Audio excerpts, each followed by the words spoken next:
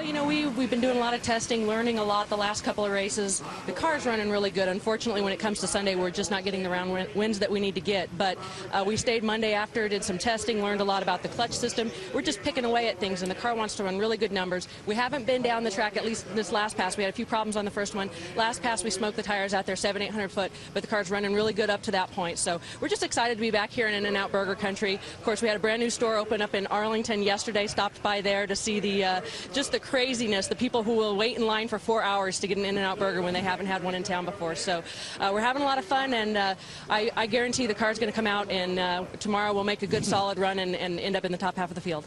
There are some other women coming out into the Nitro ranks. Alexis DeJoria this weekend, Courtney Force coming up, Leah Pruitt coming up. What are your thoughts on them? You know, it's funny. Drag racing's always had a lot of women involved in it, and there were years in the years past, you know, coming from 2000 when I first stepped up to Top Fuel, where I've raced with as many as I think there have been 4 of us in Top Fuel before that have raced. So it's really strange to be the only female in the Nitro ranks right now. And you know, I really try not to focus too much on whether it's male or female, but it's nice to start getting some more females out here. You know, I like to see us, even though it shouldn't be about that, I feel good that there are women getting opportunities, and there's going to be more of us out here. Thanks, Melanie. And Melanie Troxel with both wins in Top Fuel and Funny Car. Mike, she broke her windshield. Yeah, right there you can see it. Now it's probably from the concussion, because you also see the dash is bent there. Supercharger, you know, pieces, probably when that supercharger backfired, it lifted off. The straps kept it from destroying the body like we used to do in the old day, huh, Billy? Yeah, Jim probably didn't earn a lot of respect from her on that one. That was a big boom there, and it basically just knocked the supercharger off it. Like I said, the restraints held it, but it still allows it to lift, crack the windshield, bent the firewall a little bit. A little light on the subject there. It knocked her visor up even. Yeah, a little considerably different outcome than we used to have. Yeah, usually back without the restraints, I mean, you knock a supercharger off like that and the pieces were flying. Usually the body was gone. Well, she actually had enough concussion there that you noticed that like you said, it actually raised her lens up. Yeah. You know, and I did that in Phoenix in a test session one time and burned my face pretty bad. And it's probably the only time I've ever been gone from home for more than 10 days at a time. I stayed away for a month just because I wanted to heal before I went home for my wife to see me. Because I mean, that was the dangerous thing, and we ended up building a little deal where it couldn't raise up, a little flap thing, because that's not good. If you have a fire. Yeah, absolutely. I was hanging out with Del Worsham earlier today, and you know, Stand 21's in with their new helmets, the better than F1 standard and all that, and he was spending. One, they have a custom visor. And 2, he was spending a lot of time making sure that thing was very tight so that when he snapped it down, it would stay there. Yeah, well, we ended up, after we did that, at the test session, we put a one-way like little click on the top of it where once you put it down, you could not open it up without hitting the button on the top to raise it up. Because obviously I got burned and I looked like Petey the dog. The gospel according to Billy. Oh, man. I love it. Oh, Jeff Arend and John Force are up now. Arend currently is 16th. John Force is in at 10th. And a reminder, top 12 are what carries over onto Saturday. New carbon fiber body here for Force, just decals on it. They shaved about 17 pounds off what he was running a week ago.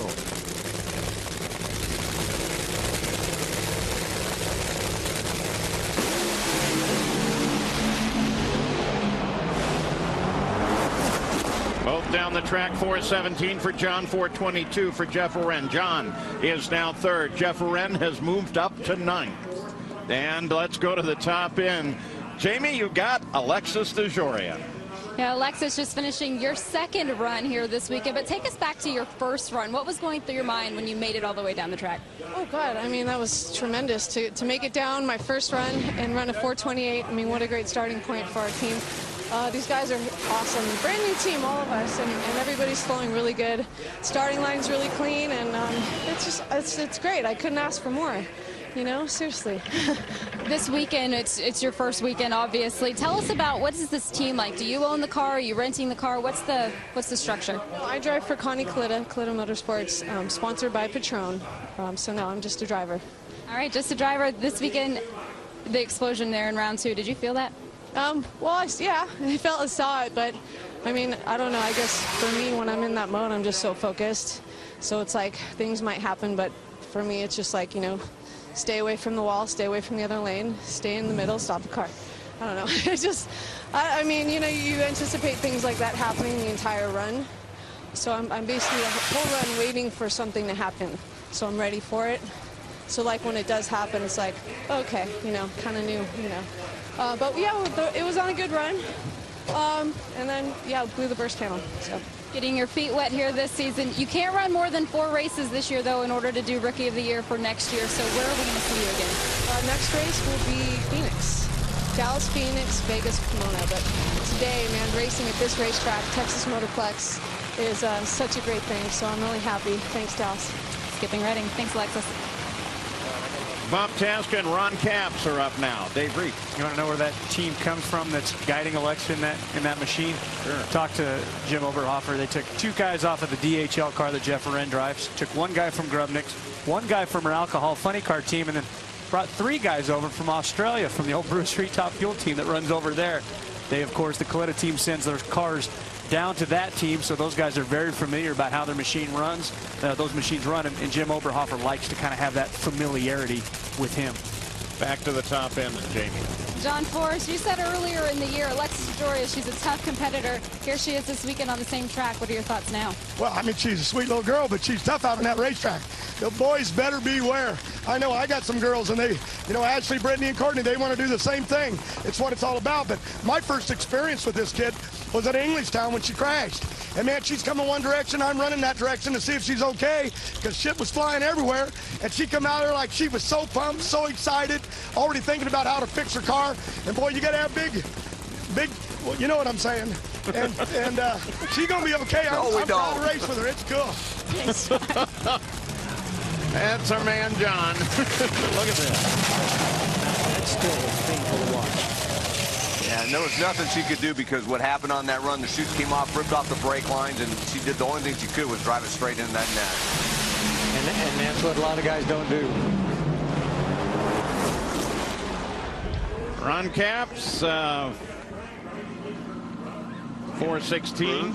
Yep. Tasca 417. Behind Big his move brother. for Tasca. Yeah, look at that.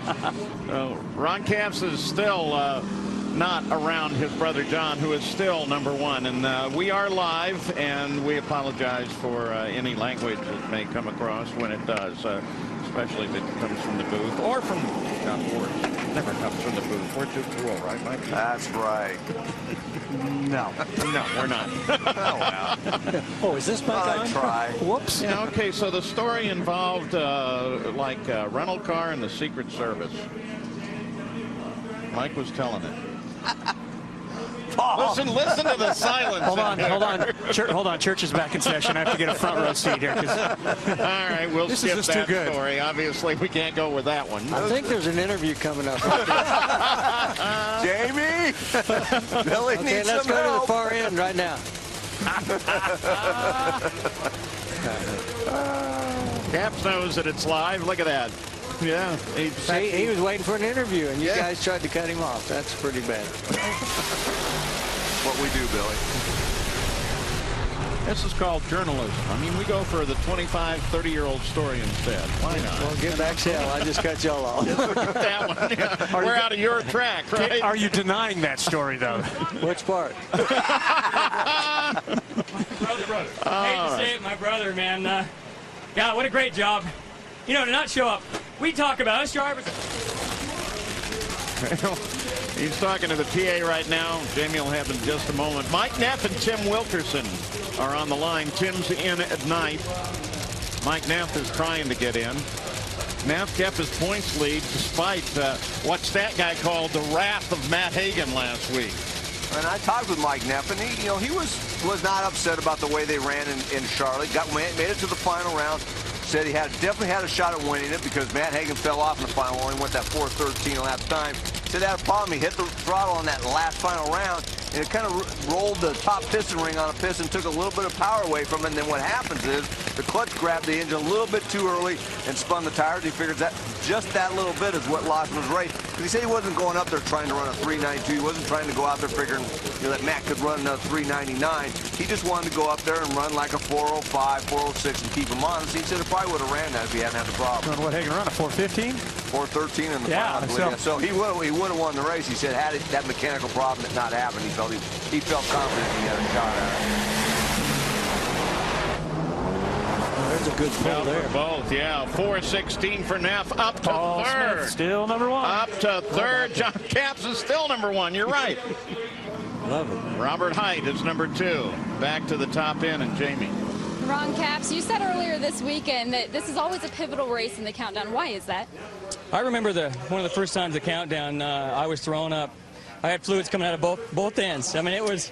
Way to go. That is the kind of pressure that the countdown brings. And this is the internet. We ended up that day gaining a lot of points on my teammate Selzy, and we made a run for it at the end. But this is just a race. The right lane is tricky here, very tricky. And if you don't have lane choice going into Sunday, you don't sleep good on Saturday night. So Tim Richards, man, the general brought me up there with the Napa guys, and I said, man, it ain't going to make it through that spot, is it? And he said, it'll be just fine, and went right through there. So, yeah, you got to make up points, but we can't panic. I mean, Hagen and Neff are out there, but it's just like golf, man. You got to throw the mulligan away, forget about the last hole, and go on.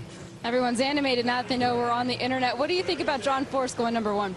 I think I know that my whole family and my extended family are watching ESPN3 right now. Oh, I thought I meant John Force. No, John Capps. That was my fault. I want to jump out of my fire suit, man. When I heard that, I was getting into my car, and I'm so happy for him. Those guys, it's just... I'm a nervous wreck watching them, so I can't go to the starting line and watch him. I don't know how my mom and dad do it, watching me, because I can't do it. I'm so nervous. I'm way more comfortable in my car than I am his. Wants to jump out of his suit.